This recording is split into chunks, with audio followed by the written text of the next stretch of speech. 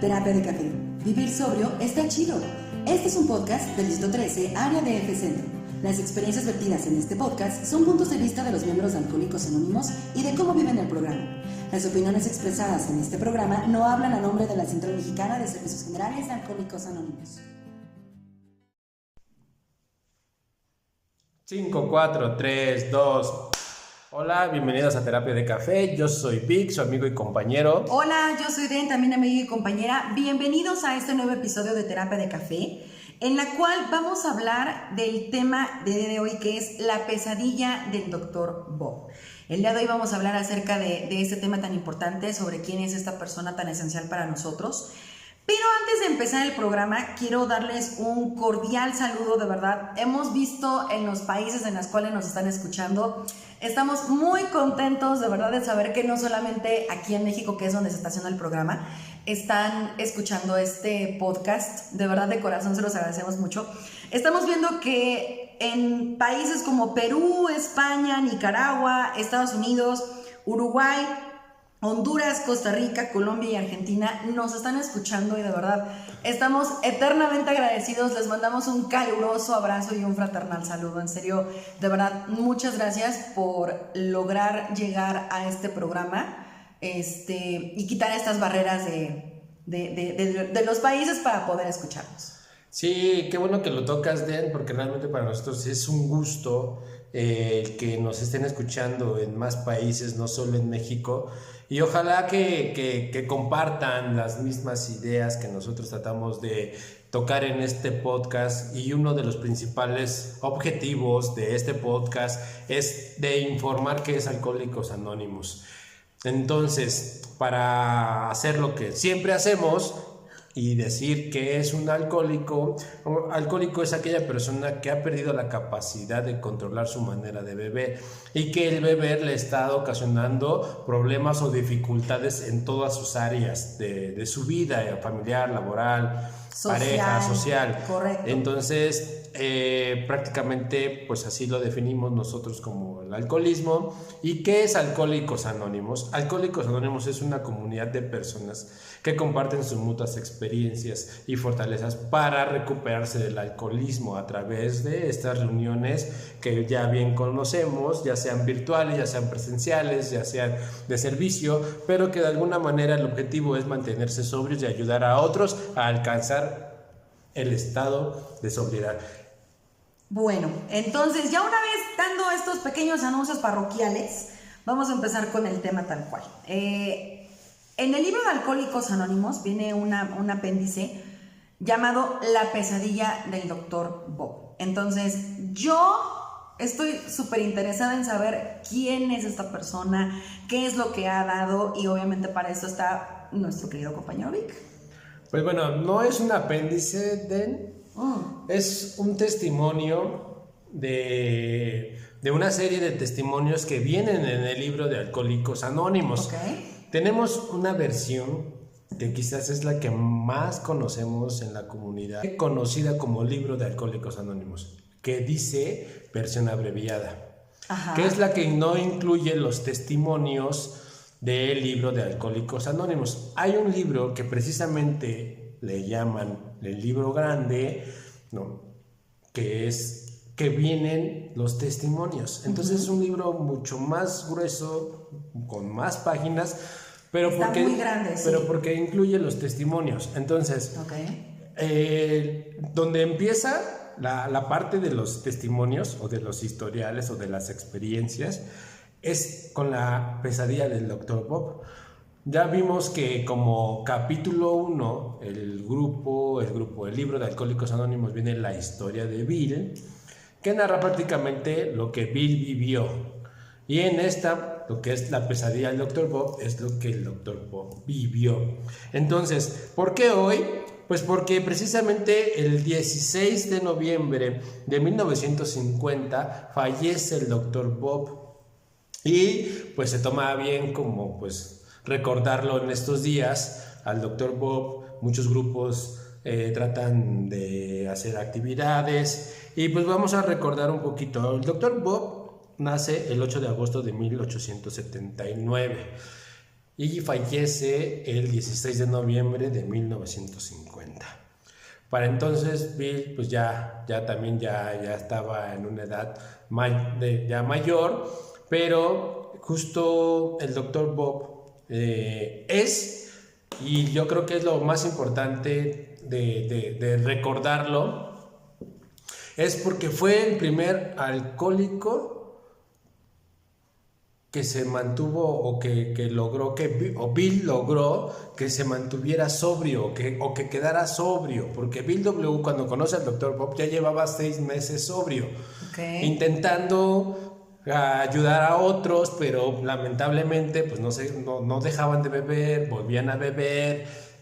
Entonces en este viaje que ya lo hemos mencionado cuando hemos tocado la historia de AA, pues conoce al Dr. Bob, ¿no? Entonces por eso es importante que lo recordemos, porque ¿qué hizo Bill W. y qué hizo el Dr. Bob para que el día de hoy, tanto como tú, Den, como de donde nos escuchan todos estos países, seguramente hay muchos compañeros que nos están escuchando, y tuvimos la gracia porque estos dos señores, estas dos personas con el mismo problema del alcoholismo, se mantuvieron sobrios? ¿Y qué hicieron para mantenerse sobrios? Híjole, es justamente lo que vamos a ver ahorita. Yo les quiero leer partes de la pesadilla del Dr. Bob, que es justamente ahorita lo que estábamos terminando de estudiar, estábamos terminando de ver. De verdad, qué interesante, qué vida tan interesante tenía este señor, de verdad. La parte donde empieza aquí en la pesadilla del Dr. Bob dice: el nacimiento de nuestra sociedad data del primer día de su sobriedad permanente, es decir, el 10 de junio de 1935. Ya hemos hablado que este día pues, es el día que Alcohólicos Anónimos celebra pues, su nacimiento tal cual. Hasta 1950, año en que falleció, llevó el mensaje de Alcohólicos Anónimos a más de 5,000 hombres y mujeres alcohólicos y prestó a todos ellos sus servicios sin pensar en cobrar. O sea, completamente gratis, hasta lo que seguimos haciendo hoy en día. A ver, yo creo que para no confundir un poquito, sí, el mensaje es gratuito, pero el Dr. Bob, ya lo hemos, creo que ya lo hemos tocado en alguna parte de nuestra historia, de nuestro podcast, ¿Por qué terapia de café? Y todo eso. Uh-huh. El Dr. Bob trabaja en un hospital. Entonces, en este hospital, tiene una relación con la hermana Ignacia, en donde le presenta el proyecto de lo que Bill le ofrece, que es ayudar a otros alcohólicos. Entonces, en lo que se entiende como en el encabezado de la pesadilla del Dr. Bob, uh-huh, es que presta servicios sin pensar cobrar.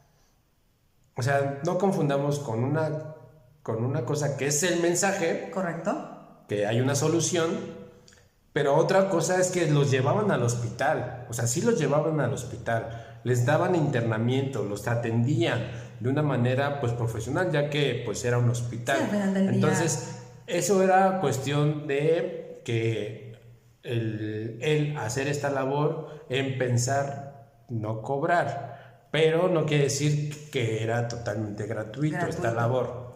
Ok, perfecto, muy bien. Entonces, una vez aclarado esto, continuamos. En este prodigio de servicio contó con la eficaz ayuda de la hermana Ignacia, justamente la que comentabas ahorita, en el Hospital Santo Tomás de Akron, Ohio, una de las mejores amigas que jamás podrá tener nuestra comunidad. Entonces, aquí es cuando empieza la historia del Dr. Bob. El Dr. Bob nace en un pueblo de Nueva Inglaterra, ¿no? Aquí es lo que está comentando, ¿no? Dice, la norma general de moral era, según recuerdo, muy superior a la prevaleciente en aquel tiempo. No se vendía cerveza ni licor en la vecindad, solamente en la agencia del Estado había la posibilidad de conseguirse una pinta. La pinta era la medida de capacidad para líquidos usada en Gran Bretaña, Estados Unidos y otros países anglosajones, que equivale a 0.57 litros aproximadamente en Gran Bretaña y 0.47 litros aproximadamente en Estados Unidos. Eso para los que nos escuchan, eso viene en el libro. Ese es precisamente un pie de página. Correcto. Que nos dice qué es una pinta, para que lo tengamos como más a entender qué era una pinta o por qué la expresión de una pinta. Y viene en el libro, a pie de página. Es correcto. Entonces, aquí comenta, ¿no?, que crece en esta parte, va creciendo. Entonces, él comenta, dice: mi padre fue un profesional de reconocida capacidad y tanto él como mi madre participaban muy activamente en asuntos de la iglesia. Ambos tenían una inteligencia que estaba por encima de lo común. Desgraciadamente para mí fui hijo único, lo cual tal vez creó en mí el egoísmo que tuvo tanto que ver en que se presentara en mí el alcoholismo. Aquí yo en esta parte, Vic, hago un paréntesis. ¿Por qué? Porque yo me identifico mucho en esta parte por el hecho de que yo también soy hija única.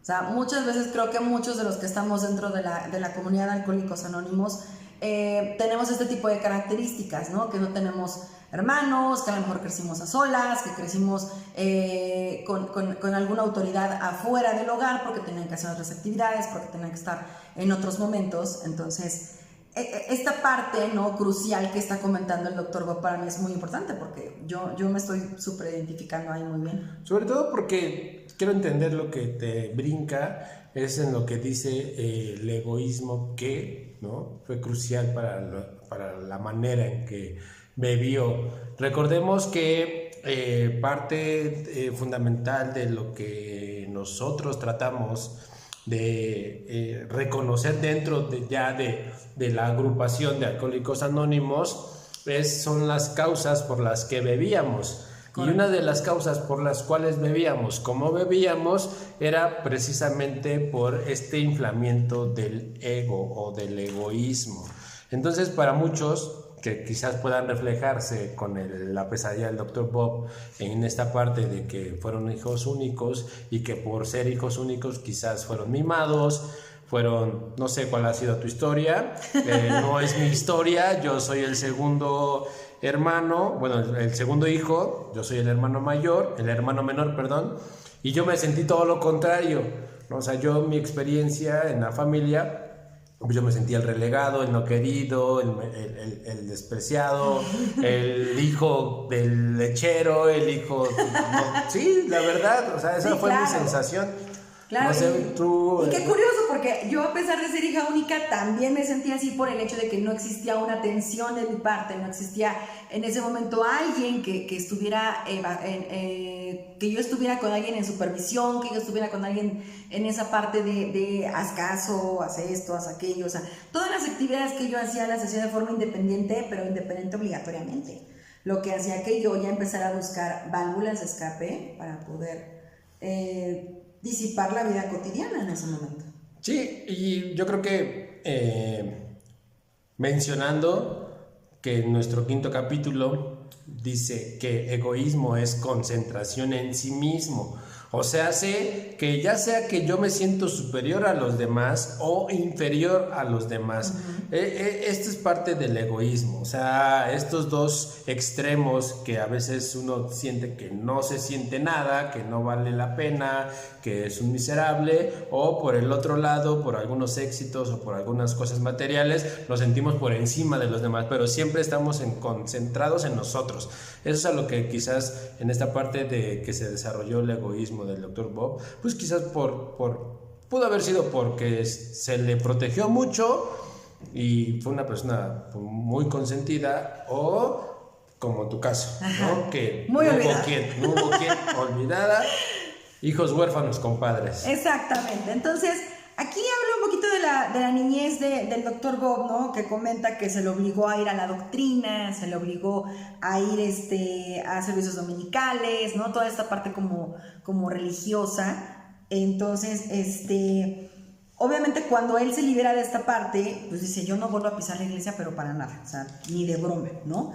Él cumplió con esta parte, ¿no? Entonces dice aquí: después de la escuela secundaria estudié 2 años en una de las mejores universidades del país, en la que beber parecía ser la principal actividad al margen del plan de estudios. Yo no recuerdo una sola vez en la cual haya estado en la escuela y no haya perdido la oportunidad de ponerme a tomar. definitivamente. Yo creo que igual, bueno, estamos haciendo esta dinámica porque precisamente estamos viendo que así como en su momento mi padrino me puso a estudiar, a leer el libro de Alcohólicos Anónimos, sobre todo esta parte de la pesadilla del Dr. Bob, era para que yo de alguna manera con partes de lo que se leía pudiera yo identificarme. En este caso había contacto con el alcohol, pero yo para este entonces de la parte escolar, yo no bebí. Fíjate que yo no bebí, yo bebí antes de llegar a la escuela. Digo, fueron dos hechos nada más. Uno como entre los 7 y los 8, que lo único que quería era sentirme agradable como las reuniones, porque yo tuve una pérdida muy fuerte y lo único que quería era como volver a sentir esa alegría que sentía por la vida. Y cuando veía las fiestas o las reuniones en casa, pues yo veía a la gente feliz con lo que bebían. Claro. Entonces yo por eso traté de beber, tomar, y tuve mi primer contacto con el alcohol, pues fue a esa edad, ¿no? Y mi segundo contacto con el alcohol fue a los 12 años, en donde a lo cual yo sufrí una laguna mental. O sea, estos lapsos de lo que ya hemos hablado que tiene, o estos síntomas que presenta el alcohólico, y uno de esos es las lagunas mentales, la obsesión y la compulsión. O sea, yo ese día, yo no pensaba en beber. Obviamente yo quise sentirme parte de la reunión, porque fue en una reunión, fue en una fiesta, en donde yo los vi alegres, chalala. Todos contentos. Y yo quería sentirme parte de la reunión bebiendo. Pero yo, obviamente, yo a esa edad, yo que iba a pensar que pues ni pizca de información de del alcoholismo. Entonces, bebo, obviamente fue una compulsión por estar bebiendo todo lo que estaba a mi alcance. Obviamente tengo un blackout o una laguna mental y me pierdo. Ya no supe cómo yo salí de esa fiesta. Lo único que recuerdo es que amanezco en la casa de mi tía. No, incluso aquí dice, una de las anécdotas del Dr. Bob dice, yo lo hice más y más y más y me divertía mucho sin sufrir ni física ni económicamente. Muchas veces confundimos el alcoholismo, pensamos que no tenemos alcoholismo porque aguantamos, porque tenemos una capacidad de ingerir grandes cantidades de alcohol. A mí me pasó muchas veces que ingería cantidades enormes de alcohol, ¿no? Más de lo normal. Y yo no despertaba con cruda, yo no despertaba con lagunas mentales en su momento, yo no despertaba con ningún tipo de problema. Al contrario, era de vámonos a la que siga, a la fiesta que sigue, porque yo sigo lista y preparada, ¿no? Ya cuando entonces vienen más adelante los problemas ya más serios con el alcoholismo, que me doy cuenta que ya no puedo parar, que necesito ingerir más, que ya una no era suficiente, que ya tenía esa imperiosa necesidad de seguir consumiendo más y más y más, fue donde me di cuenta que yo decía por dentro, tal vez tengo un problema, ¿no? Entonces, muchas veces... ¿Realmente pensabas que tenías un problema o te preguntabas? Me preguntaba qué pasaba, o sea, ¿por qué bebo así? Exactamente, muchas veces me llegué a preguntar de ¿por qué beberé de esta forma? Había muchas personas que yo conocía en ese momento de la escuela, compañeros de trabajo, ¿no? Que tenían en ese momento, o a lo mejor estábamos bebiendo cantidades de alcohol, y que ellos tenían la capacidad de decir, ¿sabes qué? Hasta aquí dejo de tomar, hasta aquí dejo de beber, y yo sí era de, oye, pero yo quiero seguir más. Y muchas veces me llegué a preguntar de, bueno, pero ¿por qué yo quiero seguir bebiendo más? ¿Por qué yo quiero seguir teniendo otra más y llegar al grado de tener que ponerme mal o tener que llegar a mi casa de una forma espantosa para yo realmente sentirme bien? Porque según yo en ese momento decía, pues es que si yo no tomo bien, yo siento que no sirve, que no funciona. A ver, es que aquí viene algo en la pesadilla del Dr. Bob, que si quieres leerlo, para darle un poquito más de sostén al tema, en esa parte de por qué empieza a beber como fuerte. Claro que sí. Parecía que casi todos participaban en ella. Yo lo hice más y me divertía mucho sin sufrir física ni económicamente. A la mañana siguiente parecía recuperarme mejor que la mayoría de mis amigos que tenían la mala suerte, o tal vez la buena, de levantarse con fuertes náuseas. Nunca en la vida he tenido un dolor de cabeza, hecho que me hace creer que fui un alcohólico casi desde el principio. Toda mi vida parecía estar concentrada alrededor de hacer lo que yo quería hacer, sin tener en cuenta los derechos, deseos o prerrogativas de nadie más. Un estado de ánimo que llegó a ser más y más predominante con el transcurso de los años. Me gradué con los máximos honores ante la fraternidad de los bebedores, pero no ante el decano de la universidad. Esto está, o sea, está fuerte. O sea, lo que cuenta de que esta sensación de que no se despertaba con estos malestares, lo vio más como una virtud que como un defecto. Que como un defecto, como un problema. Y muchos nos vamos con esa finta, ¿no?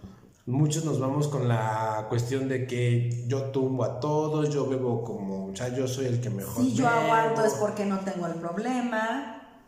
Yo lo único que pensaba era que yo bebía, ¿sabes? Mi expresión era que yo bebo como los hombres. O sea, de verdad, o sea, como si el beber fuera una exclusividad de los hombres. Claro. Y como si beber mucho me daba como una categoría, y eso es lo que a veces se sigue percibiendo. Imagínate, esto se escribió en 1939, el libro sale en 1939. El Dr. Bob ya tenía un consumo bastante ya fuerte, ya su salud estaba muy mal para cuando Bill W. lo encuentra. Ahora, ¿qué te gusta? Que esto estaba en su mente en los años 1890 ya, no, 1920, 1910, cuando era un adolescente. Y ya había ese pensamiento, ese prejuicio de que beber mucho era bueno. Es sinónimo de hombría, es sinónimo claro, de orgullo, demás. Y más en el caso de las mujeres. Es lo que te iba a preguntar. Tú que bebías mucho y que te dabas cuenta y que este orgullo, ¿no? Por no tener como esta humildad de reconocer y de poder expresar, porque eso es algo que es fundamental para que no nos aceptemos o no aceptemos la enfermedad, es que lo pensamos, lo sentimos, que no bebemos como la gente normal y que realmente es algo que no nos está ayudando en mucho, pero nos vanagloriamos de eso, a pesar de que internamente nos sentimos mal, no queremos beber así, pero vemos que esa aceptación de los demás de que, no manches, el fósforo. Es una subida de ego enorme. En mi caso, el hecho de que yo pudiera tomar grandes cantidades de alcohol y que no me daba cruda, o que solo tenía un leve dolor de cabeza al día siguiente, o que yo podía controlar, según yo, las bebidas que tomaba, o sea, que podía mezclar, en un momento era un licor, luego era otro, y luego era cerveza, y luego era, o sea, una mezcladera enorme. Para mí era como de, yo soy autosuficiente y yo soy responsable de cómo tomo. Para mí era algo así. O sea, para mí como mujer... O sea, ¿cómo se pueden confundir conceptos, no? O sea, era una irresponsabilidad, enorme. Pero en tu mente decías que era responsabilidad. Era responsable porque había estas personas que de verdad llegaban y, no, es que tú te ves bien madura porque tú puedes tomar bien y puedes tomar mucho y no te pasa nada y no te andas cayendo. Y eso era lo que decía, sí, claro, o sea... A huevo. A huevo, o sea, estoy en la cima... Y y es que eso impulsa a seguir bebiendo más. Exactamente, eso me impulsaba a querer seguir bebiendo más, de tal grado de que las fiestas acababan a las 6 de la mañana, 7 de la mañana, y yo seguía, como coloquialmente le llamamos con estas tablas, ¿no? Que estas tablas que ya, por más que te entablaste y quieren seguir ingiriendo más y más, a tal grado de que quieren seguir buscando el famosísimo, el after, que quieren seguir buscando, que quieren seguir viendo la forma de cómo seguir consumiendo alcohol, porque crees que lo puedes controlar, porque no hay... ¿Cómo es esta fantasía? O sea, mira, la verdad es que me estoy acordando, pero ¿cómo esta fantasía nos llevaba a pensar que éramos la variedad, lo mejor de la fiesta? La exclusividad. O sea, y por dentro era un martirio. Sí. Porque, ok, quizás en algún momento de nuestra actividad o en algún momento de alguna fiesta en donde hay suficiente alcohol, pues no te preocupas. Exacto. Pero cuando empieza a escasear el alcohol, cuando empiezas a que, bueno, me recuerdo una fiesta en donde todos estaban dormidos y yo sentía esa imperiosa necesidad de seguir bebiendo porque no quería este bajón, ¿sabes? Este bajón Sí. a esta realidad, porque en la fantasía de que no, que sí, la alegría y de repente pues ya en estos apps que empieza a amanecer y que empieza ya así y ya se siente, y ya sientes que se te está bajando la peda y quieres más y empiezas a buscar los charcos. Empiezas a buscar los sobrantes de los vasos, cerveza caliente, o sea, y no quieres dejar de sentir eso. Que dices, esto no sirve, no hay bronca. Y fíjate que ahorita que estoy leyendo, que estamos justamente leyendo toda esta historia, aquí... Vamos por partes. A ver, en la parte de que empieza y que se gradúa aquí es de los justo, honores. Él entra a la universidad, él desea estudiar medicina, él dice, va, yo le entro a la medicina, yo quiero empezar a estudiar. Se da cuenta que sí, como que le echo ganas a la escuela, pero como que el alcohol, sí, como que me llama también la atención. Al final hace sus créditos, se marcha a otra universidad porque se cambia de universidad porque en la primera dijo, bueno, aquí no funcionó, me voy a otra.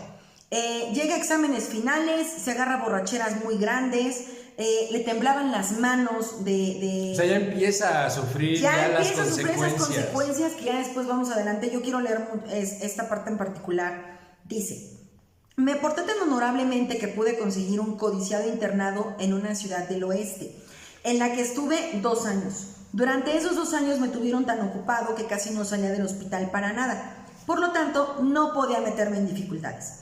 Al cabo de esos 2 años, puse un consultorio en el centro de la ciudad. Tenía algún dinero, disponía de mucho tiempo y padecía bastante del estómago.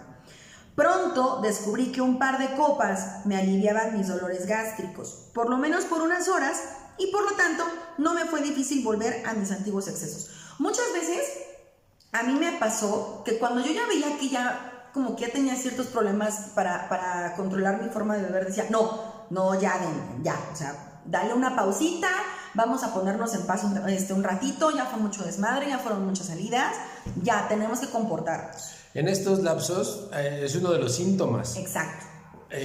Nosotros cuando damos la información pública, pasamos el mensaje, hacemos mención de esto que le llamamos trata de controlar su manera de beber. O sea, hace que empieza a darse cuenta que hay un problema y que eso le está causando que no alcance ciertos deberes, ciertas obligaciones, metas, lo que sea que pensamos como idealización de la vida, y nos empieza a rebasar el alcoholismo y vemos que nuestros amigos ya se graduaron y que uno se queda ahí rezagado y que empieza uno a pensar, no manches, no la voy a hacer y esto y aquello, y tiene estos periodos de abstinencia en donde que quizás no piensa en dejar de beber, piensa en parar para solucionar quizás el problema, que en realidad no está solucionando el problema, que en realidad solo está pausando ese problema. Solo un ratito. Sí, pensando que si sigo yo trabajando, que si alcanzo cierto progreso, que si alcanzo cierta meta, que si alcanzo cierto éxito, ya lo logramos. Exactamente. Entonces, muchas veces tenemos esos lapsus, esos momentos donde decimos, no, sí, ¿sabes qué? Voy a hacer una pausa. Después continúo, pero nada más logro tantito mis metas y ya volvemos a lo mismo. Pensando que esos lapsos de abstinencia nos van a hacer calmarnos en un futuro nuestra forma de beber. Cuando en realidad no es así, es todo lo contrario. O sea, se vuelve a ingerir más y más y más. Y aquí justamente lo dice el doctor Bob. Y eso, o sea, por eso es importante que la gente que no sabe del alcoholismo y que no sabe de Alcohólicos Anónimos, es importante que nosotros, persiguiendo nuestro único propósito como Alcohólicos Anónimos, es pasar el mensaje, quizás el servicio más básico que tenemos, es de darles esta información, de que el hecho de que uno pare por quizás alcanzar una meta, un objetivo, no quiere decir que ya salvamos el problema, si es que tenemos el problema. Aquí viene algo bien peligroso, porque al tomar estas decisiones, Y si la gente nos ha dicho, oye, como que bebes medio mal, ¿no? O sea, como que se te va la onda cuando bebes, eres agresivo, se te borra la cinta, luego no te acuerdas. Nos dicen, es que te desconectas. Sí. Y todos estos síntomas que empieza a presentar el alcohólico, y con quizás esta decisión que dice, no, pues ya, me voy a dedicar a trabajar, me voy a dedicar a estudiar, y quizás por un tiempo le resulta. Y eso a veces nos puede llenar de autosuficiencia y decir, yo sí puedo controlar. Pero yo pude hacerlo, ¿pero qué crees? Ahí te va. A ver, sigamos con el Dr. Bob. Para entonces estaba empezando a pagarlo muy caro físicamente y con la esperanza de encontrar alivio, me encerré voluntariamente en uno de los sanatorios locales al menos una docena de veces.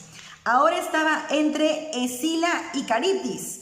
Porque si no bebía, me torturaba mi estómago. Y si bebía, eran mis nervios los que me torturaban. Hago una pausa aquí, una pausa cultural para decir que es Escila y Caritis. Es una mitología griega. Son dos monstruos que se peleaban constantemente, pero que no podían parar de pelear. O sea, si uno paraba de pelear, el otro lo atacaba, si uno cedía y demás. Lo que coloquialmente hoy conocemos como estar entre la espada y la pared. Sí, y de verdad es que a veces este escenario es muy recurrente en nosotros, ¿no? Sí. El hecho de que si bebes como para aliviar las penas, el aburrimiento, te causa un problema. Dejas de beber, pero no te sientes bien, te sientes aburrido, te sientes satisfecho, sientes que la vida no vale la pena, no beber, y te da la idea de que volver a beber te va a volver a sentir bien. Y como que no valoras tu juventud, porque ¿cómo te vas a quedar encerrado en vez de estar tomando, en vez de estarte divirtiendo? No, aquí ya es que quizás el Dr. Bob lo hace ya de una manera que el físico lo demandaba, beber, claro. O sea, no se sentía bien físicamente, ya dejémoslo que el aburrimiento, físicamente ya tenía un daño y no se sentía bien, cosa que quizás lo podía, mira, hoy, o sea, en ese entonces, pues dice que se internaba en un sanatorio. Hoy en día, pues están las clínicas de rehabilitación, está el toxicológico, hay muchas instituciones independientes a Alcohólicos Anónimos, porque aquí quiero reafirmar, Alcohólicos Anónimos no encierra a sus miembros. Correcto. No somos casa de recuperación, no somos los casa anexos, no somos absolutamente nada de eso. No damos ese servicio. No decimos que no sirve. Sí sirve porque el Dr. Bob, si no se hubiera internado tantas veces como Bill W. también se internó, quizás hubieran muerto con mayor precariedad. Y lo que hace que quizás nos internemos, y Bill lo dice que estamos a favor del internamiento siempre y cuando sea supervisado por gente profesional. Por eso es que Alcohólicos Anónimos no tiene un carácter profesional, porque no hacemos eso, porque no lo somos. Correcto. No somos profesionales, a eso se lo dejamos a la medicina, a los que saben tratar el alcoholismo, qué necesita, qué inyecciones, qué medicamentos, qué tratamiento. Entonces, esto pasa recurrentemente, que llegamos quizás a necesitar este tipo de tratamiento, de un internamiento, y al creer que porque nos internamos nos sentimos mejor, podemos volver a beber. Y aquí es una de las cosas que se repiten mucho en nuestros casos, porque, bien, como tú lo decías, viene con una fuerza mayor, y no es porque sea una amenaza, pero es que esto crece. Claro, o sea, esto ya es progresivo, a veces más rápido en algunas personas, a veces más lento en otras, pero siempre lo he confirmado, esto es progresivo y puede tener consecuencias fatales. Entonces, el Dr. Bob se las arregla, su padre lo ayuda, empieza a tener ayuda médica, pero al final como que hace trampa y como que dice, bueno, pero nada más una copita de alcohol. Después le ayuda a su país con la ley seca. O sea, llega la ley seca, entonces él dice, para él fue un alivio porque, ya, no va a haber alcohol, no voy a tener consumo, no va a haber nada. ¿Pero qué creen? Que existía la ilegalidad, ¿no? Dice, con la promulgación de la ley seca me sentí bastante seguro. Sabía que todos comprarían botellas o cajas de licor según sus posibilidades y que pronto se acabaría. Por lo tanto, no importaba mucho que yo bebiera algo. Entonces, no me daba cuenta del abastecimiento casi ilimitado que el gobierno nos permitía a los médicos. O sea, irónicamente a los médicos no les prohibieron el alcohol. Dice, no tenía ninguna idea del contrabandista de licor que pronto apareció en escena. Al principio bebía con moderación, pero tardé relativamente poco tiempo en volver a esos hábitos que tan desastrosos resultados me habían dado antes. Con el transcurso de unos cuantos años más, se desarrollaron en mí dos fobias. Una era el miedo a no dormir y la segunda, el miedo a quedarme sin licor. Al no ser un hombre rico, sabía que si no estaba lo suficientemente sobrio para ganar dinero, se me acabaría el licor. Híjole, ahorita que lo lees, o sea, cómo se pasan los años, pero hay cosas que se siguen repitiendo. Bien, acabamos de vivir una pandemia hace unos años, en donde precisamente por evitar más contagios, más muertes, en algunas alternativas del gobierno, fue prohibir el alcohol. Pero curiosamente creció el consumo del alcohol. O sea, hubo un desabastecimiento de alcohol, de cerveza, o sea... Masiva. ¿Cómo? Y lo que, o sea, la verdad es que para quienes realmente están pasando el problema del alcoholismo y que no se han enterado totalmente de que hay una solución, es así como muy... Ay, ¿cómo puedo expresarlo? Es un infierno. Sí. O sea, es un infierno porque dices que ya se acabe. Que ya se acabe porque ya no quiero beber. O sea, porque de alguna manera hay algo interno, no sé si a ti te pasó, pero hay algo interno que ya no quiere vivir así. Sí. Pero es difícil de aceptarlo y de confesarlo. O sea, realmente para mí el decir ya no quiero beber era así como que no manches. Menos en la banda con la que me juntaba. ¿Sí? O sea, decir, güey, me siento triste, me siento mal, tengo problemas en la casa, ya no tengo trabajo. Era así como sinónimo de debilidad, o sea, lo voy a decir textual, así, güey. No mames, no seas puto, güey, ¿no? O sea, estas cosas así y que te las callas. Claro. Te las callas. Pero, y tu mente racional, ¿no? Tu gran inteligencia, pues mejor sigo bebiendo, en algún momento se va a acabar el alcohol. En algún momento se va a acabar. Y de hecho, aquí a grandes rasgos, el doctor Bob comenta todas las borracheras que tuvo que pasar, los periodos de abstinencia, entre que si tomo me pongo borracho y si no tomo me pongo nervioso. Y entre que las fobias que también le continuaban, ¿no? Que no durmiera e incluso hasta hizo experimentos, ¿no? Con la cerveza, que si tomaban nada más cerveza ya terminaba, ¿no? Ya no había tanto problema. Entonces, llega un punto, Corta, comentas, que dice, me sentía cohibido e intranquilo la mayor parte del tiempo. Mi salud era precaria y me sentía completamente infeliz. Ahorita lo que mencionabas. Tuve la sensación de que ellos tenían algo que yo no tenía. Ellos se refieren a su familia, a su esposa, dice. Y que podría aprovechar...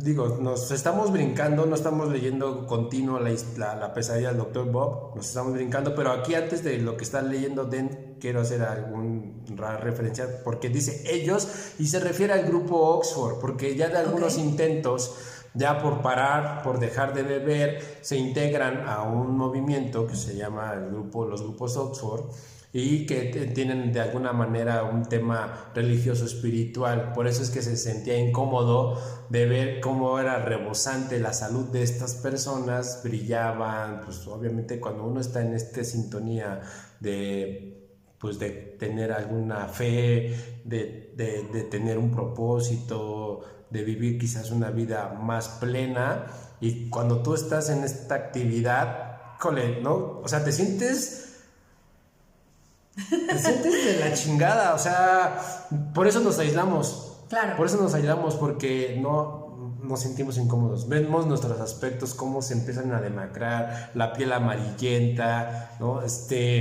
Pues sí, que realmente tu situación económica está precaria, mal, no encajas con la vida social y cada vez te hace sentir menos. Entonces, ya nada más termino el párrafo, dice, tuve la sensación de que ellos tenían algo que yo no tenía y que podría aprovechar de buena gana. Supe que se trataba de algo de índole espiritual, lo cual no me atraía mucho, pero pensé que no podría hacerme ningún daño. O sea, como que ahí fue donde dijo, híjole, esto está más profundo.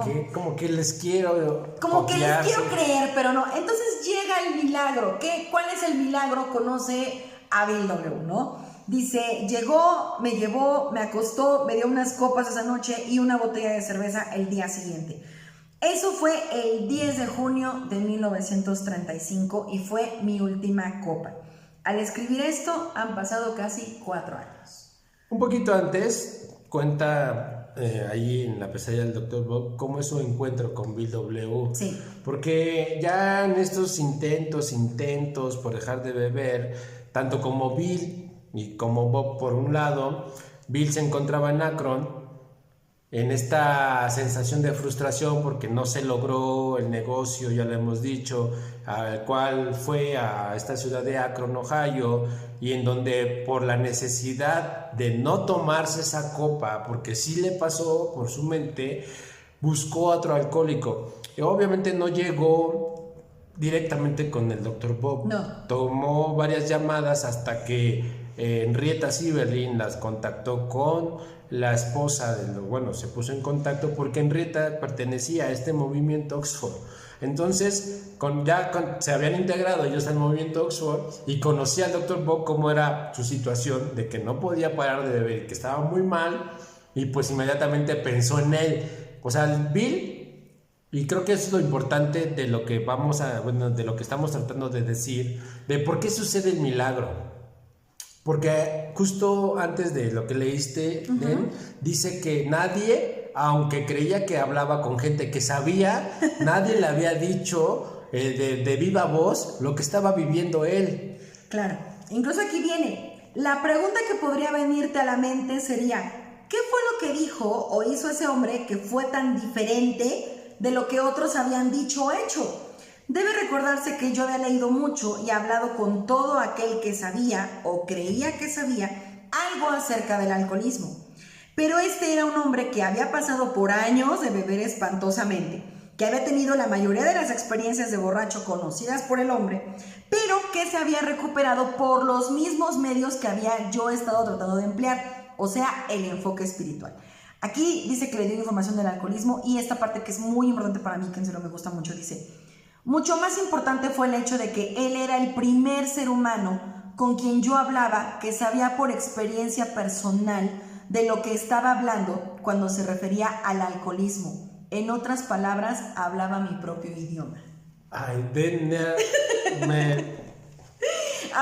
mi propio idioma. Eso es lo que justamente hacemos aquí en Alcohólicos Ese es el milagro, señores. Ese es el milagro. Ese es el milagro. El mensaje. El mensaje. El que nos debemos de sentir afortunados, los que tenemos desde poco tiempo, mediano tiempo, mucho tiempo, tenemos la solución en nuestras manos y debemos compartirla, debemos decirle al otro que está sufriendo lo que vivimos como borrachos, cómo llegamos y lo que hemos hecho para mantenernos sobrios. Y de verdad, esto ya para ir concluyendo el episodio de hoy, es súper importante que esta sensación de la impotencia, de no poder parar, de no saber por qué bebo como bebo, ese es el mensaje, ese es el puente de comprensión. Por eso les adelanto un poquito para el próximo episodio. Vamos a hablar de las tradiciones y una de nuestras tradiciones es la unicidad de propósito. O sea, lo importante que es conservar este diálogo de lo que hemos vivido como ex bebedores a otro bebedor que no ha podido alcanzar la sobriedad, y eso es lo que hace que se mantenga o que le sembremos en la mente de otro alcohólico la idea de la sobriedad. Ya para concluir, ya para finalizar, él comenta que a partir de ese momento él fue liberado de la terrible maldición que él la considera una terrible maldición. Su salud se recuperó, recobró el respeto de sí mismo, primero que nada, y de sus colegas. Dedicó mucho tiempo a pasar lo que él aprendió a otras personas con 4 puntos importantes. Sentido del deber, placer por hacerlo, al momento de hacerlo, pagar su deuda a los hombres o al hombre que se tomó el tiempo para pasarle a él el mensaje. Y que cada vez que él lo hacía, y que cada vez que cualquiera de nosotros lo hacemos, se aseguró un poco más contra una posible recaída. Esos son los 4 puntos importantes. Híjole, ¿cómo engloban estos 4 puntos todo lo que refleja nuestra comunidad de Alcohólicos Anónimos, ¿no? Gratitud, humildad, servicio, recuperación, unidad. O sea, estas palabras, o sea, él está eternamente agradecido con Bill W., quien fue quien le pasó el mensaje, pero no agradece directamente a Bill W. O sea, que quizás como a veces pensamos que el que nos ayudó y le invitamos la cena, le invitamos los tacos, le queremos comprar, le queremos dar regalos y así. Pero en realidad la mejor manera de ser agradecidos con quien nos ha pasado el mensaje es ayudando a otros. Correcto. Dice el tercer punto, quiero repetirlo, porque al hacerlo estoy pagando mi deuda al hombre que se tomó el tiempo para pasármela a mí. O sea, esto que quizás dicen que el Dr. Bob pasó el mensaje y ayudó a más de 5,000 alcohólicos. Y cuando se refieren a la hermana Ignacia, que es quizás como nunca y como no habrá en alcohol, o sea, son palabras fuertes y claro. Es que en verdad se comprometieron tanto en ayudar a otro alcohólico que pusieron en riesgo hasta su misma posición dentro del Hospital Towns, Santo Tomás. Entonces, amigos, personas, el alcoholismo es un problema. El alcoholismo es un problema de salud. Nosotros nos hemos recuperado de esta aparentemente enfermedad incurable a través de estar haciendo esta labor, de pasar el mensaje, de ayudar a otros, de hacer servicio, de tener una actividad interna en el grupo. No se necesita realmente tener una responsabilidad como un comité o como una coordinación de algún comité, porque dice nuestro legado de servicio que estas actividades se pueden hacer personalmente, como grupo, como área o como oficina de servicios generales. O sea, la gratitud por haber sido rescatados de este desastre llamado alcoholismo se puede remediar ayudando a otros. Y la verdad, Den, yo te agradezco que a través de esto hoy ganamos un día más de sobriedad. Tal vez no es una labor directamente con el alcohólico, pero es parte de un todo que hacemos en AA como comités. Hay personas que van a los entornos de tratamiento, hay personas que van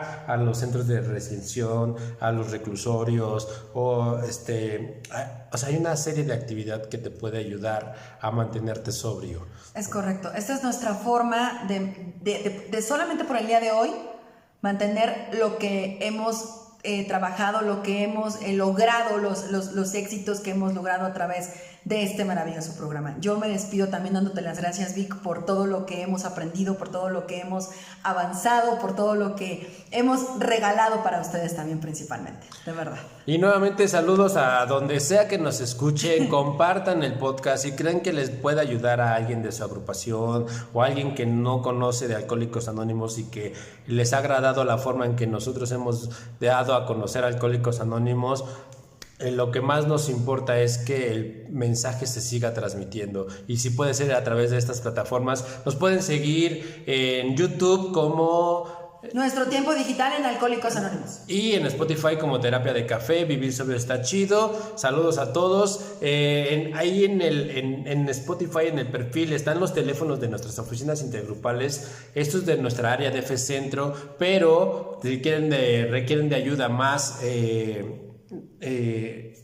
globalmente, por así decirlo, pueden entrar a la página que es aamexico.org.mx. Ese es el sitio oficial de aquí de Central Mexicana de Servicios Generales, que en México es Alcohólicos Anónimos, y pues ahí pueden encontrar mucho más información y solicitar ayuda si es que requieren de alguna agrupación para saber más acerca de lo que es Alcohólicos Anónimos. Yo me despido, soy Vic, su amigo y compañero. Yo soy Den, también amiga y compañera, y nos escuchamos en la próxima.